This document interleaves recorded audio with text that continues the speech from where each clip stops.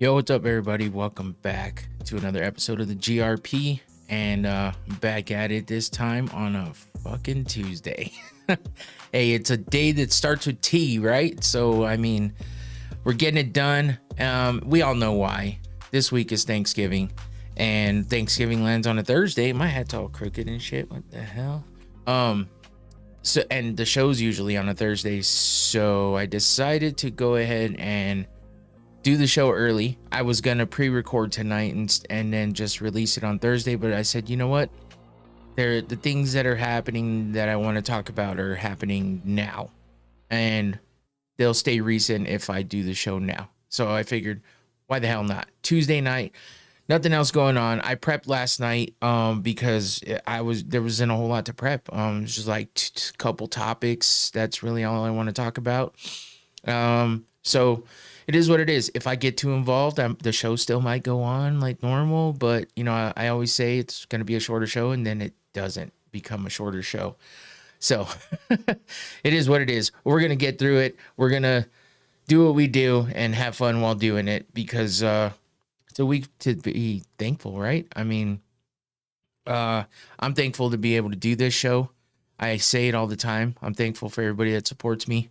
And I'm just happy to be able to do something I'm passionate about. And even if it's technically like a hobby right now, I guess you could say, because I put a lot of effort and work into this, but you know, I don't get paid. I don't have like a super highly recognized channel and all that stuff, but that's okay, because I'm doing what I like to do.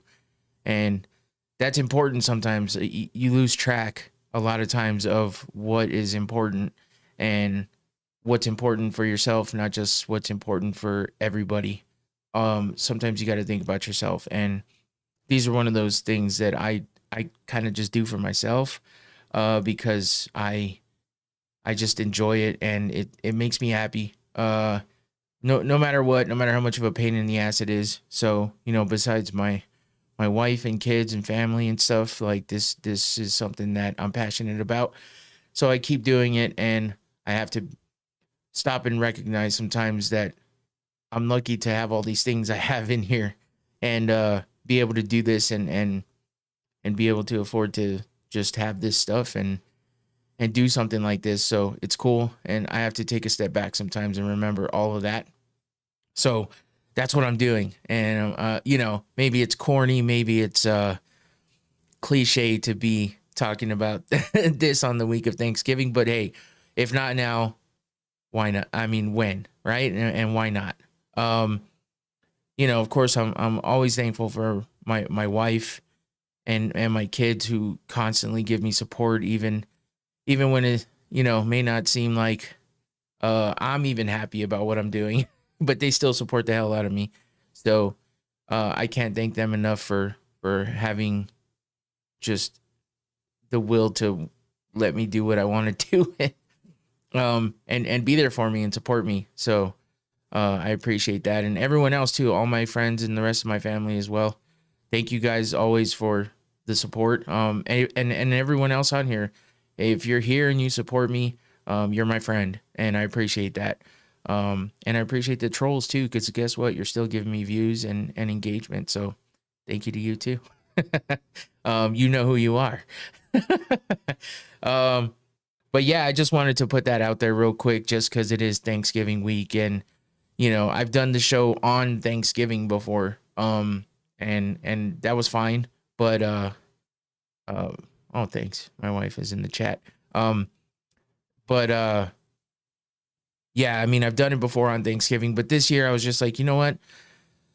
Let's just get it done early, and let's get through it, because there's some drama to talk about, and it goes away fast. You know, the media cycles of news and stuff, especially around these times, it just goes away, or it just isn't paid attention to. So I figure I'll get this out there with enough time for people to see a little bit of it. And if you're unaware of what's been happening with none other than Conor McGregor, who always has something going on, he gets quiet for a while and then he comes back out. So there's been I talked about it a couple weeks ago with the court case going on, that is now over.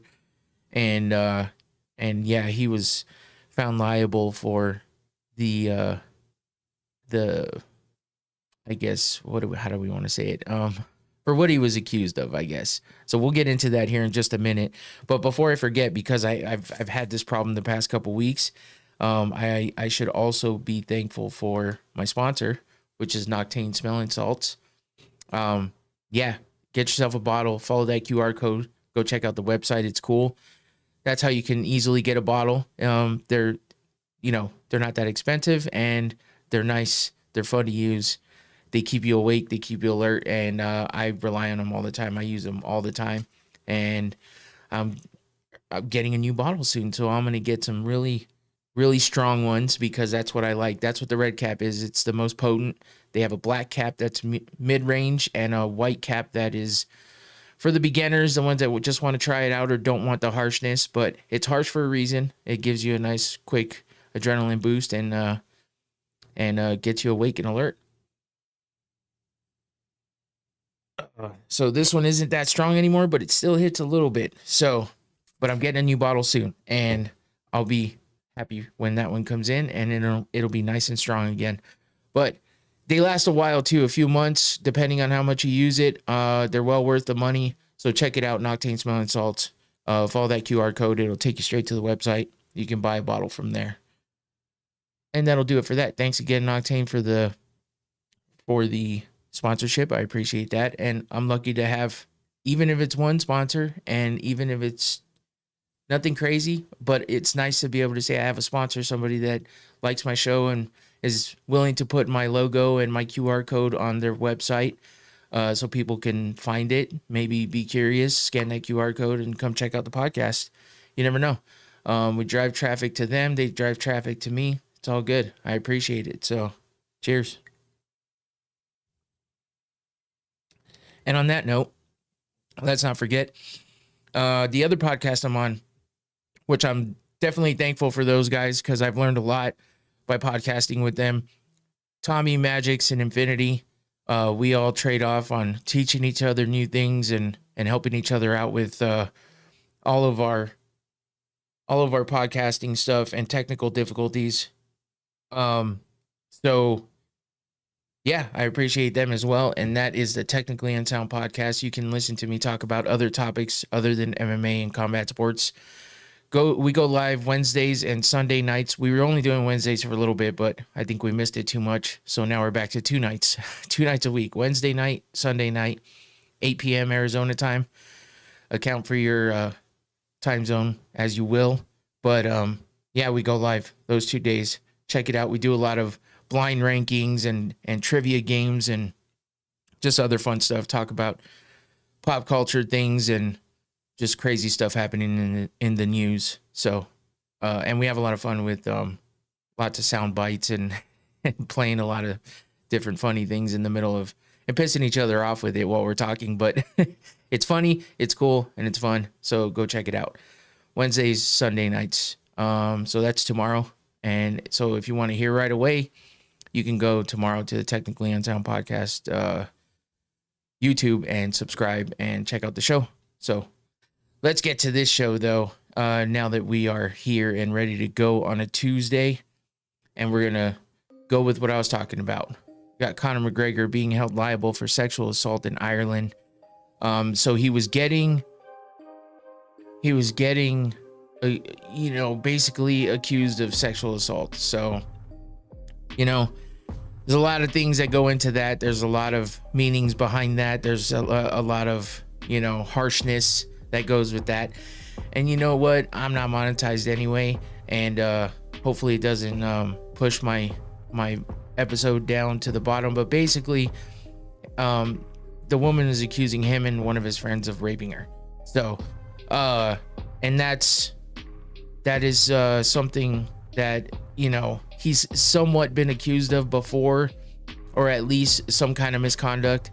And, it's unfortunate because he's married, he has kids.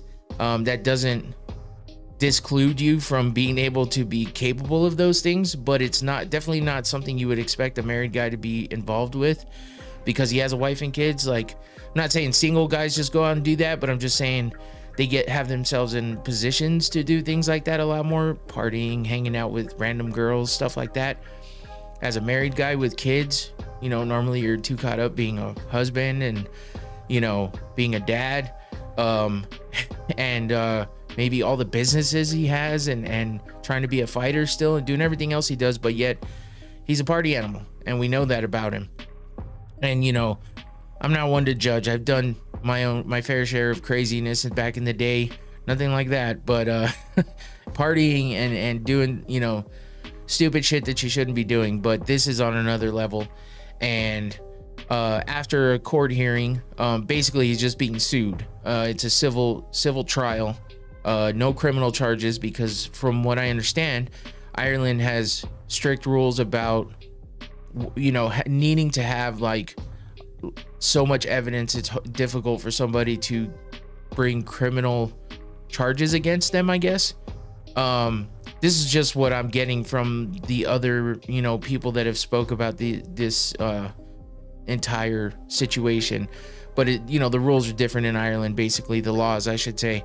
So it sounds like this woman's like attorneys told her it would be better for her to get into a civil trial instead of a criminal trial, and to that it would look bad for his reputation anyway. Plus it would get her some money for damages, you know, emotional, physical, and just all around damages. And that's something that has been kind of held against her in the public eye, because a lot of people are wondering if this was just a money grab, a made up story for a money grab. I'm not saying I believe that. I'm just saying that is something that's been brought up.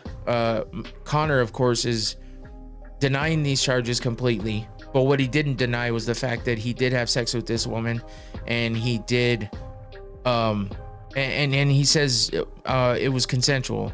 So regardless of anything, in the eyes of the public, he's still kind of a dickhead and a shitty person, because he is outright having to admit to cheating on his wife and, you know, doing things like that. And, you know, that's his prerogative. That's his thing. That's their problems. That's not, you know, that's not anything for us to even talk about, really. It's his business. But it is out in the public because of this trial, because of him being a public figure. And unfortunately for him, that gets put out there.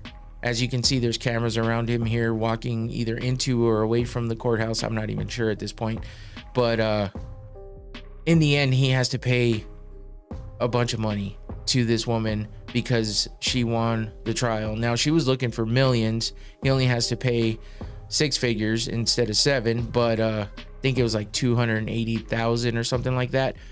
She also was bringing this civil suit against his friend, who she accused of the same thing.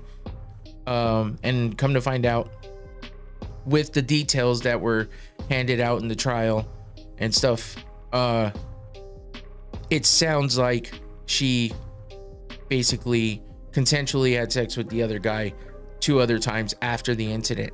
So in the end, the other guy got let off completely, and Conor took the brunt of everything, even though he cops to the fact that he had sex with her, and that from his understanding and his belief is that it was consensual. So this is just a whole problem. And now we went through this with Alex Pineda, with the OnlyFans girl that was accusing him of, you know, sexual assault as well. And she was just bringing it to the public eye. There was, as far as I know, no legal action. There was no money involved, not her asking for any, but maybe it was insinuated that she would shut up if they gave her money. That's something I heard, but I'm not sure. But that all went away. I mean, we haven't heard about that, right? I mean, I spent an episode talking about it, and it was all over the place. And once again, the cycle of news is just here and gone within a second. So that went away, and a few people talked about it, and it was a big story for like a few days, maybe a week, and then that was it. But this one was a bit more because of Conor McGregor's status. He may not be the star he was in the UFC, he's still an all-around superstar. And because he's so closely affiliated with the UFC, and because he is who he is and what he's done for the sport, he's still widely recognized as the MMA fighter in the UFC, because he is still contracted with the UFC, even though he hasn't fought there in a while. And I believe what other people have said about this, which is why this is a big part of the reason why Conor hasn't fought. It's because they knew that this stuff was going to come up. They knew that this was going to be happening, this trial, these allegations that in a court of law were now proven to be correct. So Conor says he's going to appeal the trial. That might not be the smartest thing for him, as it drags it out more, but I think he wants to clear his name. Now, I'm not sure if that's going to be something that happens, actually. Haven't seen any updates on that, but he did what he always does, and he tweeted and then deleted. And who knows, maybe people with a calmer head told him, hey, that's probably not the best thing to put out there, and decided to maybe influence him to get rid of the tweet, or delete whatever he put out there. But if it's on the internet, it doesn't go away, as we know, when you're a public figure. Even when you're not, if you have the right people that are looking for something to hold against you. And this is something that is typical in their world. And when you have a lot of recognition in the public eye, everything is up for grabs, whether it's someone's business or not. And instead of him being able to get through this quietly with his family, regardless of what problems they may have, his wife is still by his side and holding his hand, and appears out in the public with him. So it looks like she's standing by him, but who knows? He's having a lot of problems that are spanning from these, this court trial and what wound up coming of it. So that's why I say, the walls are kind of closing in on him. He's got to feel a little bit cornered, and a little bit, claustrophobic at the moment, because this stuff, it may not have been big here in the States, from what I understand, because this trial happened in Ireland, and overseas doesn't hold maybe as much weight here in the US, but it still made its rounds. People have still put out articles about it, and the internet is alive and well, as we all know. And on the internet, just because it happens on the other side of the world doesn't mean that it's not going to be seen by people here in the US. And being the figure that he is, everyone knows about it. And there's been stories put out there about it. There's been people talking about it, people way more important than me, obviously. And it's unfortunate for him, because he's a fighter, and he has a lot of businesses, and he has a lot of businesses that he's affiliated with, and some of those businesses are not wanting to do business with him anymore. So he did put out a statement before we get to those things. He says, people want to hear from me. I needed time. I know I have made mistakes. 6 years ago, I should have never responded to her outreaches. By the way, this incident happened 6 years ago. I recall hearing something about it when, the accusations came out and all this stuff, but, we never really heard much after that until the trial was about to come into play. But he said, 6 years ago, I should have never responded to her outreaches. I should have shut the party down. I should have never stepped out on the woman I love the most in the world. That's all on me. As much as I regretted everything that happened, that night was consensual, and all the witnesses present swore to that under oath. I have instructed my legal team to appeal the decision. I can't go back, and I will move forward. I am beyond grateful for my family, friends, and supporters all over the world who have stayed by my side. That's it. No more. Getting back to the gym. The fight game awaits. So, again, he alludes to the fact that maybe this is why he hasn't been able to fight. I'm sure the UFC didn't want to put a fight on with him being in the midst of all this. And, even after, of course, we heard Dana talk about the fact that he'll be back to the fight game late in 2025, and maybe it's because they want this to blow over. Maybe it's because they know that if, you know, this outcome was to happen, he was going to appeal it. So they're trying to give him time to, you know, sort through it all, get past it, and train.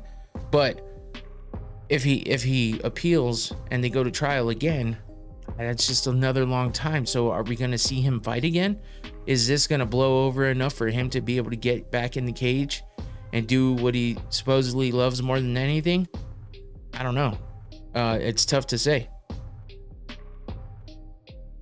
But the few things that have to be noted here that came out with the trial, because of course you can find the transcript of everything that happened and was said during the trial online. From what I understand, I haven't read it myself, but I've heard the highlights and not highlights, but you know what I mean, the things that were notable coming from what was being said.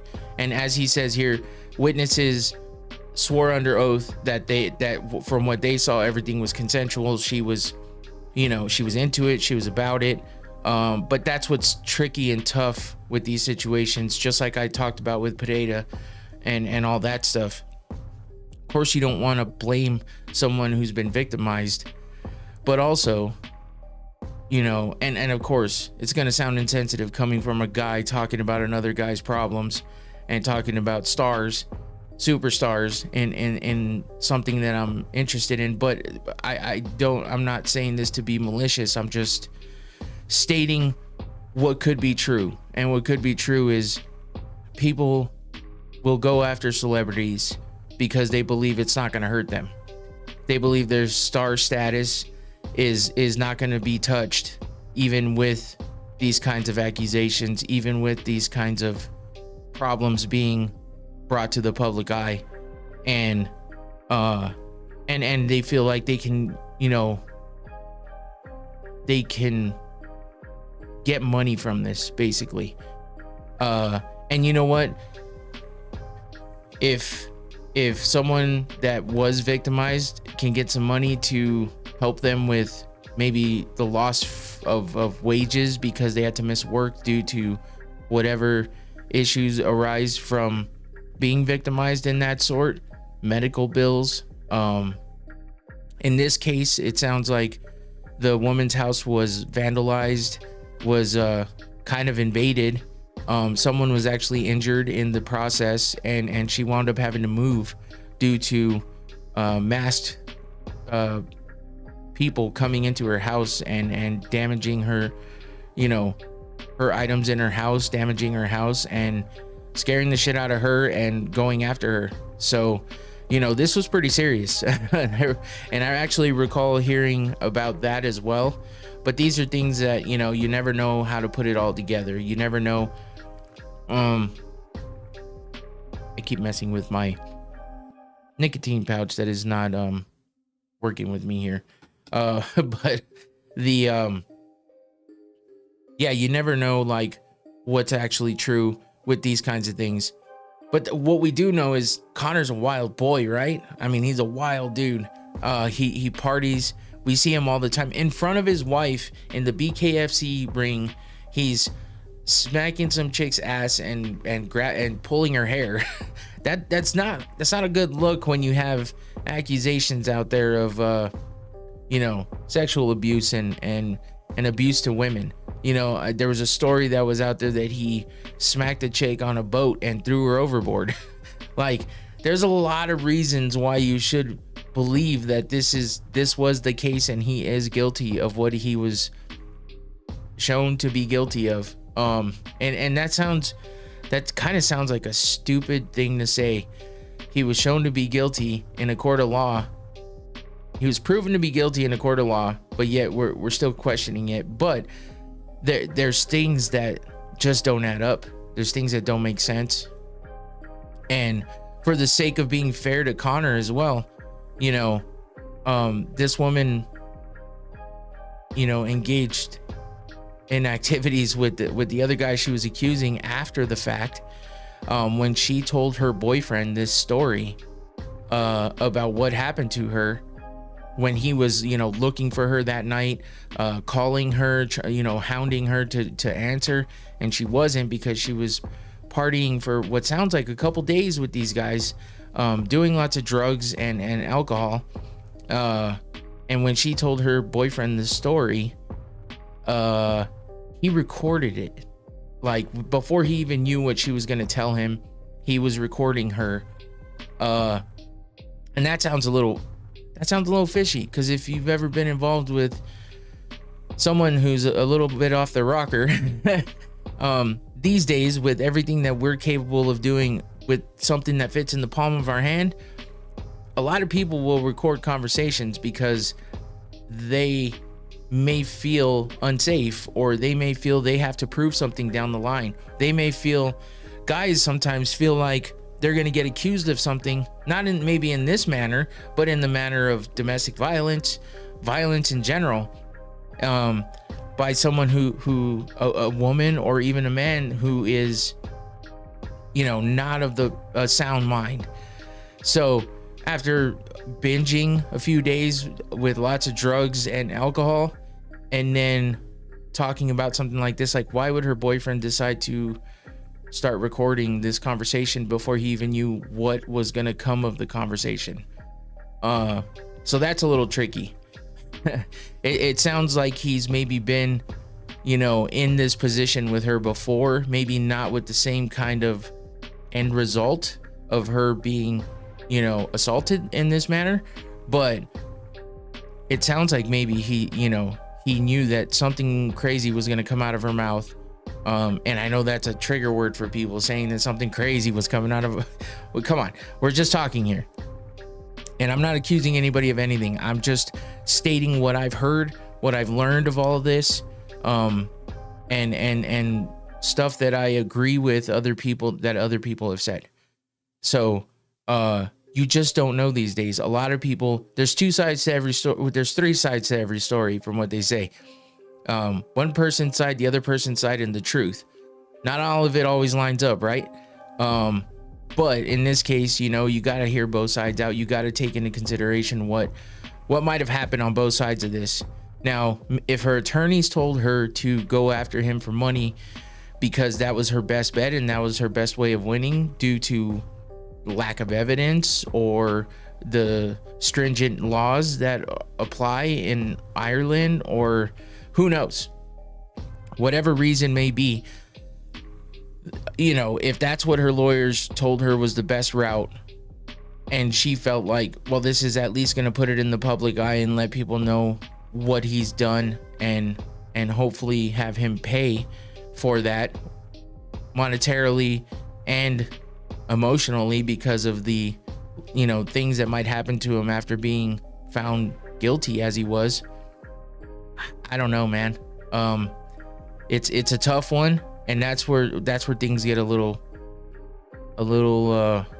troubling, because when there's money involved, people will say a lot of things just to get money. And we've seen it in the past, and we've seen people's lives be wrecked by accusations only, much less taking it to trial for money. And in this case, a lot of people would be like, well, listen, if it goes to trial and he's found guilty, he did it. I understand. And I fully agree with that most of the time. But this story has some uncertainties about it. But I'm not the one to say she's lying completely, because we've seen the types of things Conor does, and we've seen the types of trouble Conor likes to get himself into.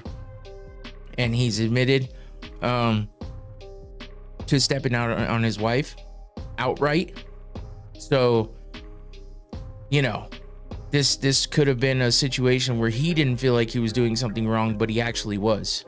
And that's left to the woman that had to bear the consequences of him not understanding his actions. That could very well be the case. I'm obviously no lawyer. I'm not any kind of psychologist, psychiatrist, doctor of any sort. I'm just a normal dude, but I've seen and heard so much of this that I just wanted to put it out there for anybody that might not have, that doesn't seek it out, but is interested in my show. And this is a topic that affects my show because it is Conor McGregor, one of the biggest stars in MMA and combat sports altogether. Even to this day, even though he doesn't fight much, even though he hasn't proven much in the cage as of late, but it still affects my show because he's still widely known and has done so much for the sport that I feel like it's necessary for me to discuss such a topic. So again, I'm a person that likes to talk out things to make sense of them, and this is just one of those things. It might be weird to other people, but it's just me, and this is what my show's about. Talking about MMA fighters, whether it's about their actual fighting or something happening in their lives. Maybe it's not my business, but it is what it is, and I'm gonna stop trying to justify it because that I don't really care. Cold Art Maker in the chat. What's up, Cold Art Maker? He doesn't give a shit about Conor right now. He wants to know Islam versus Shavkat, who wins? Fuck, man. I need to see what Shavkat does against Ian Gary. Actually, that's not even, I don't know. I don't think that's anything good to hold him against either. In the raw form, Islam versus Shavkat, I don't know. I'm stuck on that one. That one's tough because Islam has his strengths, but Shavkat has shown us nothing but domination. And I feel like if Shavkat rushed Islam, he might get himself into some trouble because of Islam's wrestling and grappling. So that could be tough. But if Islam doesn't cover up like he should and Shavkat catches him, it's going to be a quick night. So what do you think, Cold Art Maker? Who would you have in that? I would say tentatively, Shavkat has a great chance of winning that fight. So yeah, let me know in the chat what you think. But moving back to Conor. So the repercussions of all of this, besides having to pay the money and be looked at in the public eye the way he is right now, he has also lost out on things. Already, Islam 49-46, okay, by decision. I could see that definitely happening. We haven't seen Shavkat go that deep into the rounds. And against somebody like Islam, I could definitely see that happening. But so Conor has been removed from all Proper 12 advertising after retailers dropped the product. So a bunch of big name retailers have dropped all of Conor McGregor's products, whether he's owns them or is just affiliated with them, being, Irish Forge Stout, Proper 12. Now we all know Proper 12. When you hear that, you know whose whiskey that is. It's Conor McGregor's. He sold the company, and he maybe he owns stock in it still or shares from it or whatever, but he's not the right outright owner of that company anymore. But he's still the main spokesperson for that company. And you could tell Irish Forge Stout is the thing he's been peddling for a long time now, since he came out with it, and very little talk of Proper 12. But yeah, he still does all the advertising and everything like that for it, but apparently not anymore. So that sucks. The whiskey that he founded and brought out and was his, he's no longer to be affiliated with because of the outcomings of this trial. So and that's not the only one. He was also taken out of the Hitman video game due to the outcome of the trial, and just been a couple other things that from my understanding, that he's lost out on because of all of this. And this, we're talking, the trial was just ended less than a week ago, I think. So it's one of those things where he's definitely feeling it.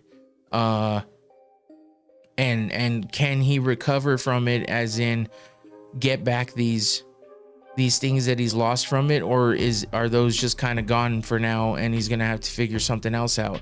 I mean, he's got enough money to keep him going. He doesn't really have to do anything. If he's smart with his money, he doesn't have to do anything else in his life to be okay for the rest of his life. But, you know, guys like him are all about the money, making the money and continuously making the money. He's a businessman, and he's a pretty smart businessman for the most part, as far as making something out of nothing. You know, I remember him eating blueberries on Ariel Helwani's show while giving an interview in a bed that looked like mine from high school, in a plain room with no shirt on and scruffy hair during a weight cut. That's how I remember Conor.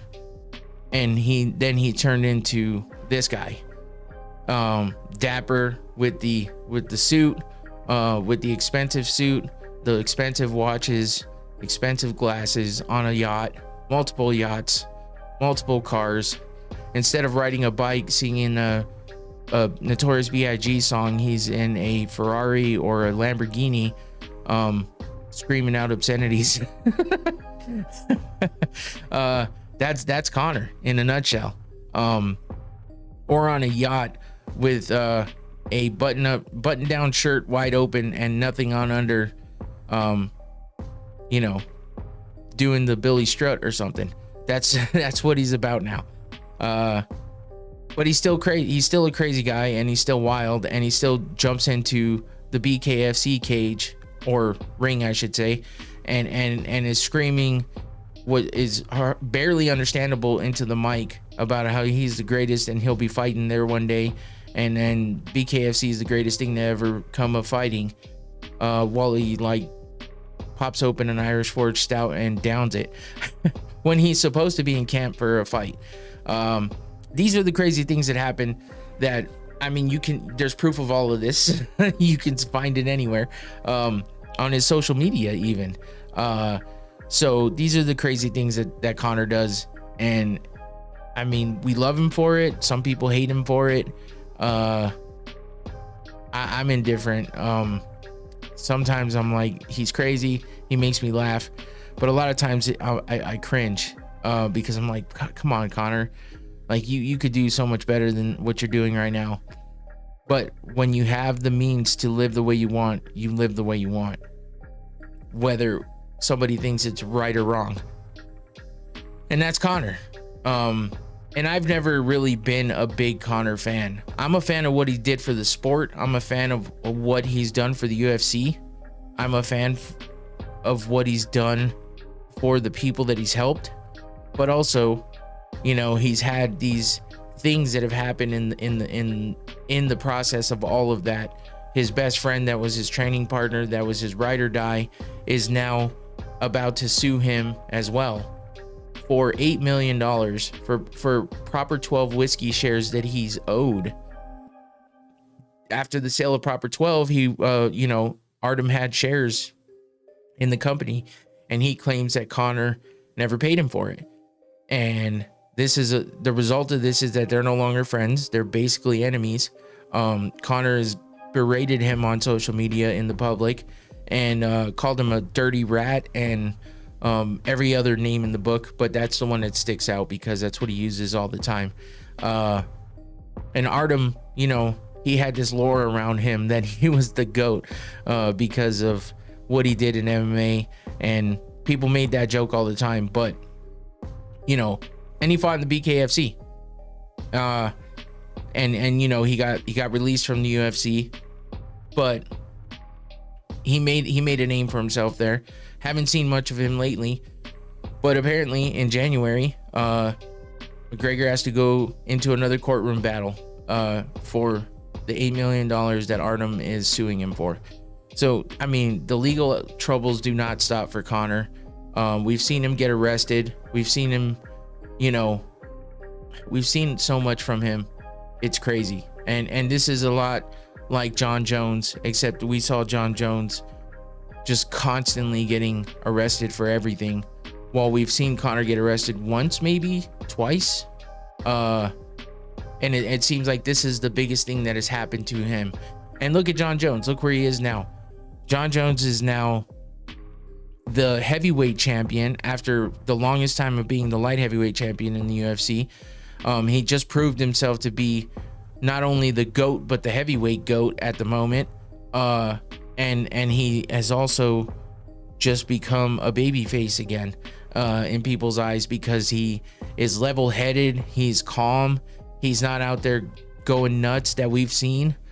But who knows? You know, we know for a fact that Jon Jones abused his wife in front of his kids, had his kids running to the hotel lobby to ask them to call the cops to save their mom in Vegas after he gets inducted into the Hall of Fame for one of his fights.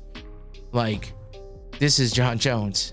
We've seen him get mouthy with a cop because he knows he just got busted for doing something stupid, and instead of trying to be chill and, you know, find a way out of it, he wants to play the "do you know who I am" card. So yeah, I mean, just Jon Jones in the state that he's in now just shows and proves that Conor can redeem himself and put himself back in the spotlight the way he was before, or at least close to the way he was before, even after all of this. But we have to wait and see what's going to happen next. What's going to happen with this next courtroom battle that he's going to be involved in. That's obviously only higher in stakes with money, but, you know, not as high in stakes with, you know, what the people think of him and what kind of heinous, you know, actions he took towards a woman, of all things. So I don't know, man. This is why I said the walls are closing in on Conor, because he's getting it from all angles right now. He's losing things due to his actions. He's losing money due to his actions, more than we even see, because of losing these other opportunities that he's involved with, companies that don't want him involved anymore. What's going to happen with the BKFC? He's a part owner in that. They've made him the face of BKFC. He promotes every event, basically. He shows up, he's there, the cameras are constantly on him. They revolve the entire event around him. He's in the cage, rambling craziness and just making his presence known. He's at the face-offs, breaking up fights. You know, he's basically become Dana White, just a little more wild. Although Dana White slapped the shit out of his wife in public too. Got caught on video. I don't know, man. I guess you gotta be a little nuts to do all this. It's no secret, we've known that, but damn, like, get your shit together. And all I can think of when I say that is that I need to play my sound that I hope plays. Get your fucking shit together, my God. Nothing has ever been so true at any point in time as it is right now for that to be played, because it's Conor essentially talking to himself. But yeah, I don't know, man. I'm not sitting here trying to say I'm any better than anything. I'm just talking about what happened, what I've heard and seen from all of this. The coverage, you know, the media is not always right. What's put out there is not always right, but, you know, we've seen what's happened in the courtroom. You know, again, there's transcripts that you can read, and everything's been reported on, and Conor has spoke out on his own about these things. So, and people that I tend to trust more than just regular media have talked about it publicly, and this is where I'm getting all this information from. So all I can do is aggregate it and, you know, present it to you in the best way I possibly can, with my thoughts included, because it's my show and I'm gonna say my part in it. So I think Conor can still have some great years under his belt for a little while longer if he can just put all this aside, get back to focusing on what made him, which is fighting. Get a few more fights. He's got 2 more fights on his contract for the UFC, and he needs to focus on fighting those fights. And the UFC is going to definitely take advantage of his name and his status, if it hasn't been hurt too much by this, to help them with the broadcasting deal, because obviously having an active Conor McGregor, or at least the promise of an active Conor McGregor, along with those dealings, can definitely help the UFC come up with a deal that's going to be out of this world. We've heard about the fact that it might go in the way of the NFL, where they're broadcasting on several different platforms. They could go stick with ESPN only and continue in that route, or they could just do something totally wild and off the wall. Surprised they haven't done more with just sticking to UFC Fight Pass and with their own streaming service. But I think they understand the concept of how big all of these other platforms and entities are. So they're gonna try for the biggest that they can get. And you know, who knows how long Dana's gonna be involved now that he's a big wig when it comes to the the Republican Party and being so close to the president-elect, and the fact that he was so involved in the campaign. Who knows? We might not see much more of Dana White. So Conor and Dana and John Jones flirting with retirement, all of our old heroes, you know, getting old and losing fights, and you know, Nick Diaz looking like he might be doing lots of drugs and wigging out in the streets.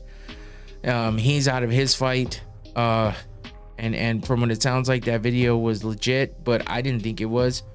Guess it might be. There's a lot of crazy shit going on. The MMA world that we once knew, hence the posters in the back. I watched all of these events. I was involved. I was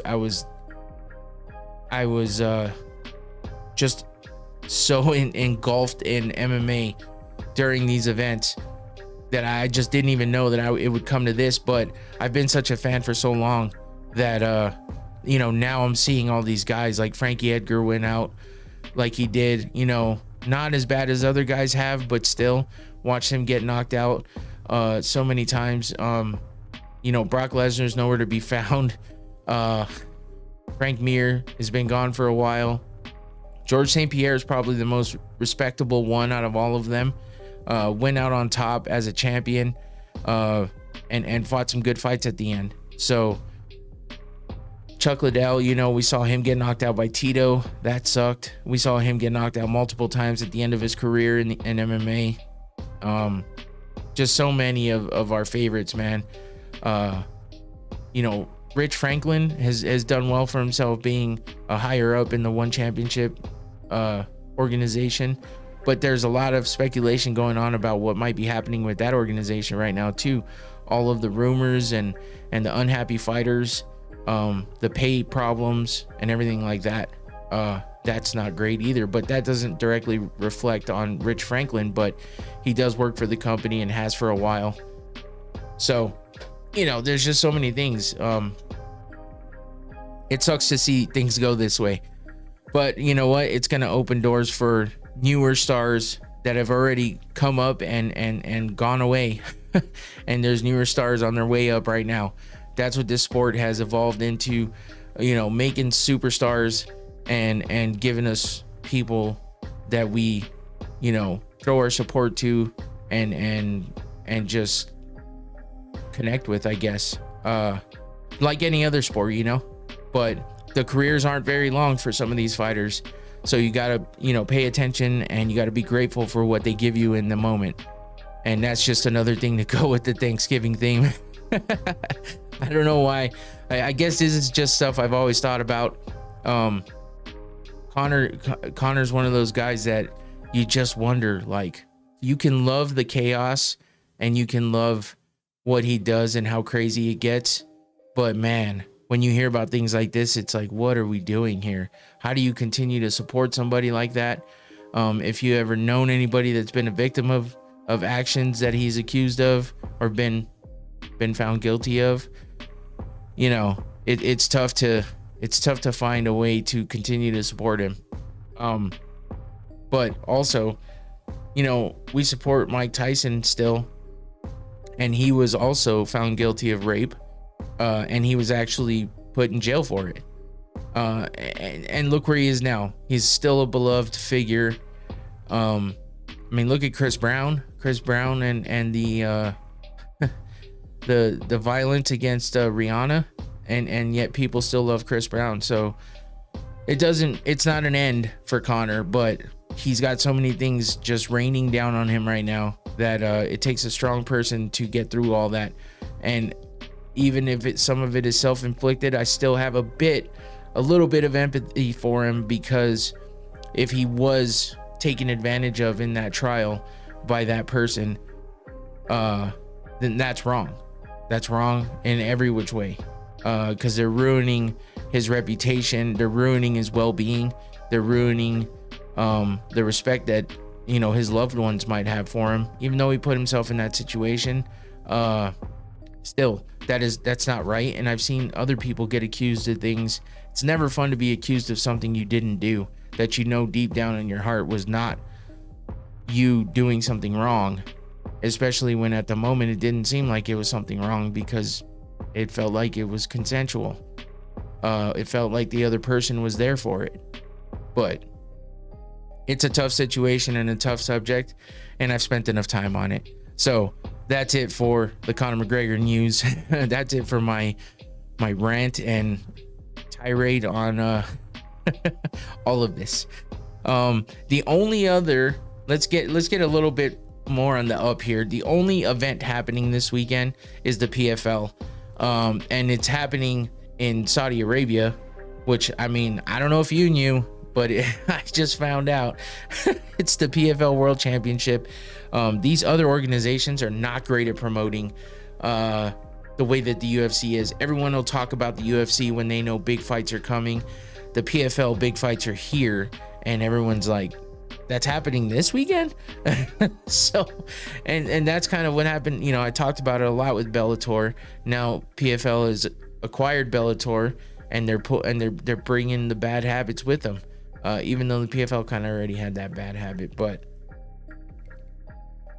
either way, this is a 16 fight event. It's insane. 16 fights. It is their championship series. It's gonna be it's gonna be crazy. There's a bunch of fights on here with a bunch of fighters that I don't know that any of us will know, or do know or have known. But I'm not gonna list all 16. I'm gonna go through. There's a women's fight starting in the atomweight division. Let's see, there's 1, 2, 3. Let's see, Jeremy Kennedy versus Jesus Pinedo is a fight that's happening in the prelims at 145. And it's for the featherweight, I guess. Featherweight? Yeah, it's featherweight. Pinedo's 23-6 overall. Jeremy Kennedy's 19-4. I've heard of those guys. Let's see, there's prelim. Mansour Barnawi versus Alfie Davis happening at the lightweight division. 21-6 for Mansour, 17-4 for Davis. A couple names there that are really tough. I'm not even gonna try. There's another one. Don't know these guys. This is crazy, man. So many fights and so many people that I've never heard of. So yeah, it's tough. But at the end, I do believe that these are tournament championships, so I do believe they get $1 million purse for winning. So that's a lot of money. And yeah, so now we get to the main card. The first fight, I don't know who any of those are. Denis Goltsov versus Oleg Popov. Yeah, Brent Primus versus Gadzi Rabadanov. Brent Primus is famous for having some wars with Michael Chandler back in the day, and he was out talking shit about Michael Chandler not too long ago. That is for the 155 tournament championship there. Magomed Umalatov versus Shamil Musayev in the welterweight division for that championship. Impa Kasangane, former UFC fighter, versus Dovlet Yagshimuradov. That is for the light heavyweight championship in the tournament. The women's flyweight championship. Dakota Dacheva, who is one of the biggest names in the PFL right now, if you don't know, Now you know. I'm just kidding. I'm not Dana White. What the fuck? If you didn't know that, then you should find out, because Dakota Decheva is a badass, fighting Tyler Santos, who I believe fought in the UFC before. But that's for the flyweight tournament championship. Dakota Decheva is undefeated, 13-0. Tyler Santos is 22-3. And then you have the main event, Brendan Loughnane versus Timur Kazirev for the men's featherweight division. Brendan Loughnane is a big star in Bellator, I believe he was, or PFL. I don't even remember anymore. The lines are blurred. But Loughnane is 30-5 and Kazirev is 17-0. So that's your PFL World Championship for 2024, happening November 29th, which is what? It's happening in Riyadh, Saudi Arabia. 16 fights. Holy shit. Yeah. And it's going to be on ESPN Plus. So if you want to watch some fights on the 29th, which would be Saturday, I believe. Tomorrow's Wednesday, Thursday. Oh, Friday. It's happening Friday. And I believe it's going to be earlier in the day. It looks like 9:30 a.m. Eastern. So that would put it at 7:30 a.m. here. That's fucking early. But if you want to watch some fights on the day after Thanksgiving, there you go. Let's move on to the UFC Macau recap, and then we'll wrap this up. Because I went on an hour, almost an hour, about Conor. Now, people like to hear about Conor, so I guess it's okay. But wow. I got a loud out there though. I'm just talking to myself here basically, because I mean I don't have anybody talking back to me, which is a little strange sometimes, but it helps when you have a lot of thoughts in your head and you want to get them out. And listen, I've had some people watching, and it's okay if not a lot do, but thanks for all the support regardless. Cold Art Maker is a loyal viewer, even if he's only here for a short period of time. He tends to jump in the chat and pop some interesting questions in there, so I'm always thankful for that. But let's move on to the UFC Macau recap. This happened last Saturday in Macau, China. It was early as shit. Like by the time you woke up on Saturday, it was probably over. I was hoping to catch at least the first few fights, but I did not. I mean the last few fights, but I didn't. I missed it all. In the prelims, we had Nicholas Moda versus Mahashate Haizar in the lightweight division. Nicholas Moda wins that by unanimous decision. Long Zhao versus Quang Li was the second fight of the prelims, and that's how early in the prelims that the action started. With the second fight in, you get a KO by Long Zhao in the bantamweight division over Quang Li, and as you can see here is some good punches by Zhao. And yeah, we had a good KO there for the second fight of the night. Loner Kavanaugh versus Jose Ochoa in the flyweight division for the men. That was a unanimous decision there for Kavanaugh. We had Carlos Hernandez versus Naim Jargal Tumen Dembarrel. Fuck. In the men's flyweight division, Carlos Hernandez gets that win by split decision. And that brings us to the most exciting fight of the pretty much of the night. I thought so. There's another fight up there that was pretty damn good as well. But this, holy shit, this was some drama. So this event had the road to the UFC for the Chinese athletes. And it's kind of like the Chinese version of the Ultimate Fighter. Road to the UFC, though, is kind of like them following their road to the UFC in a tournament type thing, Ultimate Fighter style, to get to the UFC, to get to getting a contract and being signed with the UFC. And Ming Shai versus Zhao Kan Fang was the women's strawweight division, and one of the biggest knockouts of the night. Huge head kick KO by Ming Shai. Ming Shi, I think it is. Yeah. As you can see here with this big head kick. I mean, these are small girls in the strawweight division. That's 115 pounds. To deliver such a thunderous head kick and knock the shit out of and knock out Fang completely out cold was insane by such a small woman. She holy shit. And she followed up with some crazy ground and pound. As you can tell, she got a couple big shots in to add to, separate her from consciousness even more. And it was insane, man. I even made a TikTok about it. So go check out my TikTok. You can see my social media going on down there on the screen. Go check out my TikTok. I made one about this KO, so you can see that KO happen there in real time and then in slow motion with some effects. But that's how good it was that I had to, make some content out of it. But holy shit, this was a crazy head kick KO. And it was so bad, she was out cold on the ground, and they wound up taking her out on a stretcher with a neck brace and everything. Probably more out of precaution, but if you saw the after effects, which you can see in my TikTok, by the way, of her twitching as she's out cold on the ground, it's tough. It's tough. One of the biggest knockouts I've seen from a women's fight ever. And by one of the smallest weight divisions, well, the smallest weight division in the UFC. And the second smallest weight division in all of MMA. So, and what's crazy, even more crazy about this is Ming Shi, or Shai, I'm not sure which way to say it, but she is a doctor. And when she's not fighting, she is actually a doctor. And on top of that, her parents have no idea that she's a fighter.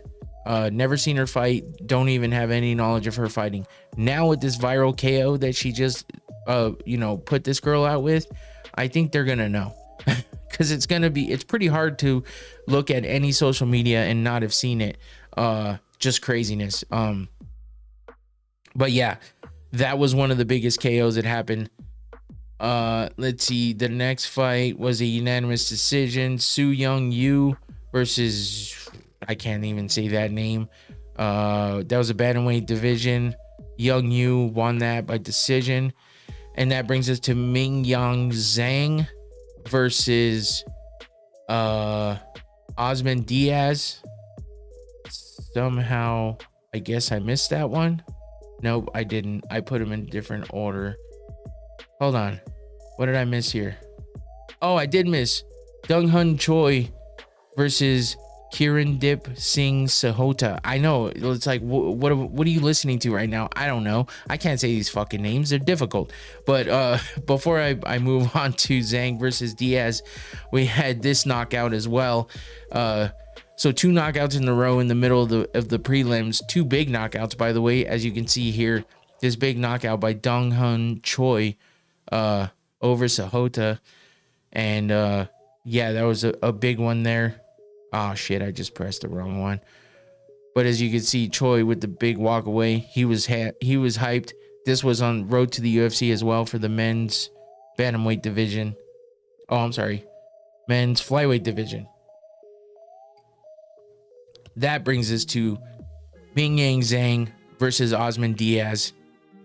And Zhang with the big right hand here, and then you see a nasty elbow right there in the bottom picture. And here's a better picture of that elbow that you see. He got the KO with that elbow and punches afterwards to finish off Osman Diaz in the light heavyweight division. First round finish for him. 2 minutes and 25 seconds in. And that brings us to Carlos Ulberg versus Volkan Oezdemir, which I was pretty hyped for this fight. It was a pretty good fight. I mean, it was a unanimous decision win for Carlos Ulberg. He just shows and proves that why he's so good against someone like Volkan Oezdemir. May not have the best record in the world, but I mean, he's a name that is recognizable, and he's had some decent fights in the past and has been looked at as one of the better fighters in the division. But Carlos Ulberg is now like 11-0 since his debut that he lost. So my computer is deciding to be extremely slow right now. I was trying to bring up Volkan. Oh yeah, so Volkan's 20-8 overall. He was on a 2-fight win streak.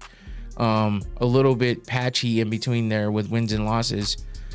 But I mean, his losses are to big names: Magomed Ankalaev, Yuri Prohaska, Nikita Krylov, but he's beat Paul Craig, Bogdan Guskov, and Johnny Walker.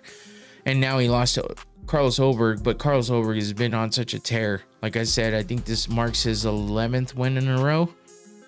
And that's just crazy. So he's definitely going to get even more of a step up in competition. 1, 2, 3, 4, 5, 6, 7. 7 wins in a row. Where the hell did I get 11? 1, 2, 3, 4, 5. Weird. Yeah, I guess I counted wrong before. 7th win in a row. Any which way, he's on a fucking tear. And he's definitely gonna be showing us what he can do with higher level competition. I mean, I thought Volkan Oezdemir was even a big step up for him, but damn, he just dispatched of him in this unanimous decision win in the light heavyweight division. And that brings us back to the women. In the women's flyweight division, we had Gabriela Fernandez versus Kong Wang. Kong Wang's the crazy one that comes out with the Joker makeup, the big smile and everything. It's insane. And she says some crazy stuff. She's definitely a character, but yeah, she was a gigantic favorite too. I think she was like a minus 1100 favorite, and Fernandez was like a plus 600 or plus 700 underdog. And she gets a second round submission win by rear naked choke after that big head kick that dropped Kong. So yeah, that was crazy to see that go down, just because, you know, as I actually put a couple bets in on this one and lost both my parlays. Back to the losing streak. But I lost one of them by one leg. I put in kind of a from both angles type thing, and I picked a bunch of underdogs on one, and I lost that one. But the sensible one I put in could have won me about $150, and I was one leg off and literally a minute away from winning that one, because Peter Yan versus Davison Figueiredo to be under 3.5, I think or under 4.5, something like that. And they went to decision, so I lost that. Unfortunate, but it happens. I'm used to it at this point.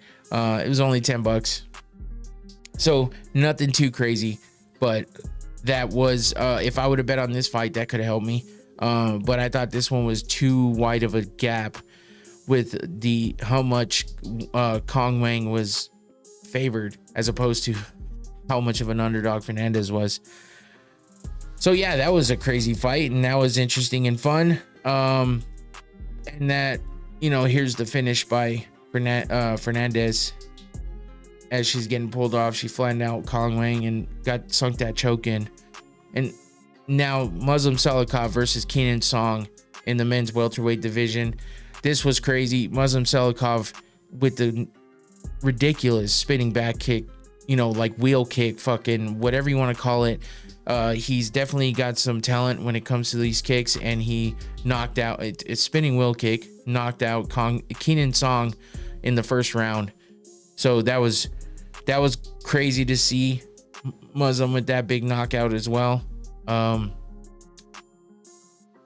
then we had the women. What did I do here? We had another women's fight I was somewhat looking forward to, because, well, Tabitha Ricci is always something to look forward to.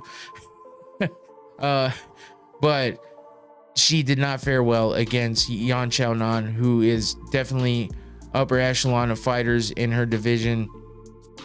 She's coming off that loss to the champ, Weili Zhang, and she did not look great in that fight against Zhang, but you know, she's definitely held her own in all of her other fights, which got her to that title fight, and she's hungry to get back there quickly. And she showed that in this fight against Tabitha Ricci, who I don't believe was ready for this level of competition, no matter how good she looked before. Because being realistic here, Tabitha Ricci did look like an amateur in this fight, and it sucks. I hate saying that, because I'm definitely a fan of hers, but she did not look good in this fight whatsoever. And Yan Xiaonan just took full advantage and dominated this fight pretty much through and through. But we've seen Ricci struggle before. We've seen her lose before. And I want to say let me see who. Lupi Godinez, split decision. I didn't feel like that was too bad of a fight. The TKO versus Monfiro, we've seen her we saw her struggle big time in that one. She's had issues with some of these other women. Had a split decision win over Tisha Pennington. That loss to Lupi Godinez was a split decision, so that was tough. A lot of decisions in her record, but you know, those split decisions there, you always know that's a closer fight for sure. I just don't know that she was ready for somebody like Yan Xiaonan, so now she's gonna have to go back to the drawing board and see what she can come up with to try to get herself back in the state that she was in before. You can see here this big kick by Yan Xiaonan does not paint Tabitha Ricci in a great light. But yeah, that was it for that fight, and Yan Xiaonan gets the unanimous decision win there. And then we get to the main event. Petr Yan looking like a beast again over Deiveson Figueiredo, the former champion in the flyweight division. Now he's moved up to the bantamweight division. He's looked pretty good in the couple fights that he's had there before. But Petr Yan is hungry and desperate to get back into contention and be able to fight for a title again, because he had that long layoff because of the injury. I guess he had a surgery on his knee, but he also had some bad luck there after losing the belt. So he's been trying to work his way back up to getting another title fight. And I mean, he's looking like he's gonna get that soon, because he had a pretty decisive win over Deiveson Figueiredo. Even though you see Figgy connecting with some shots here, Figgy's definitely one to hold his own in any fight, but Petr Yan was pretty much too much for him in this fight. And in the end, Yan gets the unanimous decision win over Deiveson Figueiredo to close out the event. And there was a pretty cool little thing at the end with Michael Bisping in the post-fight interview in the cage with Petr Yan and his son. And I guess back in the day, somebody spoke to Michael Bisping's son in the cage when he was in there with him after a win, and I guess it made, like, his son never forgot that, and it made his day, and it was like super emotional and cool for Bisping to see. So he returned that favor and paid it forward again, by doing that with Petr Yan's son. And Yan's son was actually in tears in the cage when he was like talking about how he was so happy his dad won and that his dad was the best. And you could see how proud Petr Yan was and emotional he was to be able to see his son do that in the cage. And you got, if you're a father, even if you're not, but if you're a dad, that hits you in the feels for sure. So that was something I was like, damn, man, that one was like, that one definitely got me. And I don't even like Petr Yan that much, but to see him all happy with his son next to him, you can't deny that kind of shit. It's cool. So, yeah, that was a cool moment at the end of the fight, and a good cherry on the top for Petr Yan getting that win. And that does it. That was UFC Macau. The long and short of it. So again, I didn't go too much shorter than I would normally, but here we are at the end. And with this being such an early in the week episode, I figured get it done, get it over with, and enjoy the rest of my time. I got one more day at work tomorrow that I need to get through, and then we moved into cooking mode, because I do the cooking at my house. I used to do it as a profession, and I've been out of that for years, but I still cook. It's still one of my passions, and it's still one of the things I do well. Not to pat myself on the back or anything, but my family likes my cooking. But other people have enjoyed it as well. So I definitely do the cooking around here. I'm also a picky eater, so that makes a little more sense too. But yeah, I'll be smoking we do turkey breast. We don't do a whole turkey anymore, because we also do ham. So cherry glazed ham, smoked turkey breast. I do it various different ways with different flavors. Haven't made up my mind what I'm doing this year yet, but it's ready. We have someone in the family who doesn't eat any of those other things. So I have a salmon that's going to be cooked as well. So a lot of food and all the good sides. Of course, we do mashed potatoes, cornbread. You got to have the cornbread. My wife's the only one that likes stuffing, and she's simple and likes stovetop. She might like some like homemade stuffing if it was made correctly, but hey, sometimes you just like the box shit, and that's okay. And it's easy, so it works. But yeah, what else do we do? My daughter's making some mac and cheese, homemade mac and cheese, so that's cool. I don't eat that, but you know, she's big into mac and cheese, and she's gonna make it, so that's cool. She makes us some homemade sourdough bread, so that's good. I had some of that tonight. Grill that with some butter on the smoker. Oof, good shit. So yeah, we're gonna have all the good stuff, and we can't wait. So cooking mode tomorrow after work is over. It's about to happen. So I hope everybody enjoys their Thanksgiving. Thank you for joining me here. I know it's going to be an off week because everyone's just focused on getting through work and getting to the holiday, and that's okay. I got the show done. I got it over with. Consistency is still key. So thanks to Cold Art Maker in the chat. He's always in there, drops a couple questions and is out, or still watches. I'm not sure. Either way, I'm grateful for him. Thank you, Cold Art Maker. My wife in the chat as well. I love you, and thank you. Thank you, everybody else, for the support. Again, always grateful. Come back next Thursday for whatever kind of preview we might have and whatever kind of news we might have. Not sure yet. I'm focused on Thanksgiving and getting through the holidays and having fun with my family. So we'll talk to you next week. Come back. Watch the Technically Unsound podcast going live tomorrow night, 8 p.m. Arizona time. Check it out. I'm out of here. Thanks again to Noctane Smelling Salts for the sponsorship as well. Always grateful for that. Take it easy. Happy Thanksgiving. Don't eat too much or eat a lot. Who gives a shit? Enjoy yourself. I'm out. Peace.